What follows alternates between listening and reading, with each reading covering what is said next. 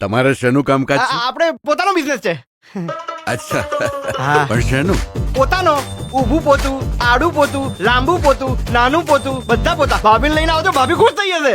તો ભાઈ ગુજરાતી મૂવી ઇન્ડસ્ટ્રીની અંદર જાન્યુઆરી મહિનો ખૂબ જ સક્સેસફુલ રહ્યો છે, જેની અંદર બે પિક્ચર ફાટીને અને ઉમરો, આ બે પિક્ચરો લોકોના દિલ જીત્યા છે. મતલબ કે આપણા 2025 ની સારી શરૂઆત થઈ ગઈ છે. આવી જ રીતે ફેબ્રુઆરીની અંદર પણ પિક્ચર આવે છે. વેલેન્ટાઇન ડે ના દિવસે જ પિક્ચર આવે છે. એના ટ્રેલર રિવ્યુ એટલે કે ઇલ્યુ ના ટ્રેલર રિવ્યુ વિશે આપણે વાત કરવાની છે આ વિડીયોની અંદર. તો કેવું લાગ્યું ટ્રેલર એના વિશે વાત કરીએ થોડીક આપણે. ટ્રેલરની શરૂઆત કંઈક એવી રીતે થાય છે, કંઈક ડાયલોગ આવે છે કે પ્રેમને કોઈ સીમા હોતી નથી. મતલબ કે એક વખત પ્રેમ થયો તો એ પ્રેમ આજીવન રહે છે. અને ત્યાર પછી તમને મૂવીની સ્ટોરી તરફ લઈ જાય છે. કેવિનના પપ્પા અને રિયાના મમ્મી જ્યારે આ બેના લગ્ન થતા હોય છે ત્યારે લગ્ન દરમિયાન ભાગી જાય છે. આ પ્રકારની સ્ટોરી તમે સમાચારમાં વાંચી હોય છે, પરંતુ આની ઉપરથી આ લોકોએ આખું એક પિક્ચર બનાવ્યું છે.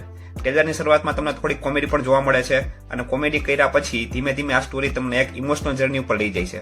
મતલબ કે તમને પિક્ચરની અંદર તમને બેકડ્રોપ જોવા મળશે કે જે ભૂતકાળ અંદર કઈ રીતે પ્રેમ થયો હતો, કઈ રીતે બેને છૂટા પડ્યા, અને એની અસર એના છોકરાઓ પર કઈ રીતે થાય છે, અને ત્યાર પછી સ્ટોરી આગળ શું શું બતાવે છે. આખી સ્ટોરી આ રીતની કંઈક હશે.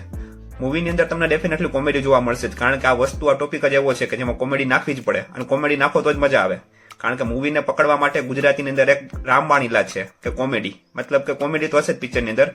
ત્યાર પછી ધીમે ધીમે તમને આખી સ્ટોરી એક સિરિયસ ટોપિક ઉપર લઈ જાય, મતલબ કે લવ સ્ટોરી ઉપર લઈ જાય, અને એની અંદર તમને પાછળનો બેકડ્રોપ પણ જોવા મળવાનો છે કે કઈ રીતે એ લોકો છૂટા પડ્યા અને ત્યાર પછી પાછા ફરીથી ભેગા થયા છે, અને આગળની સ્ટોરી કઈ રીતે જાહે. આ આખી વસ્તુ અત્યારે આપણે આની અંદર જોવાની છે. બરાબર છે. મૂવીના મ્યુઝિકની વાત કરીએ તો મૂવીનું મ્યુઝિક એકદમ મસ્ત લાગી રહ્યું છે.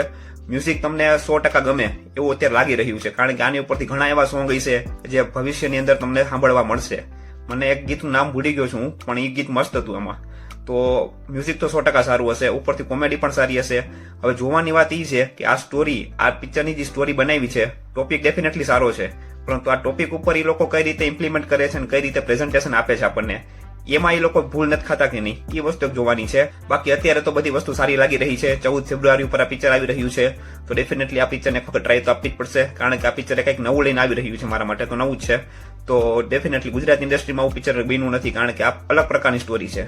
તો જોઈએ આ પિક્ચર કઈ રીતનું છે. અત્યારે તો બધું વખતે લાગી રહ્યું છે, લોકોને ટ્રેલર ગમી રહ્યું છે, મને પણ ગમ્યું.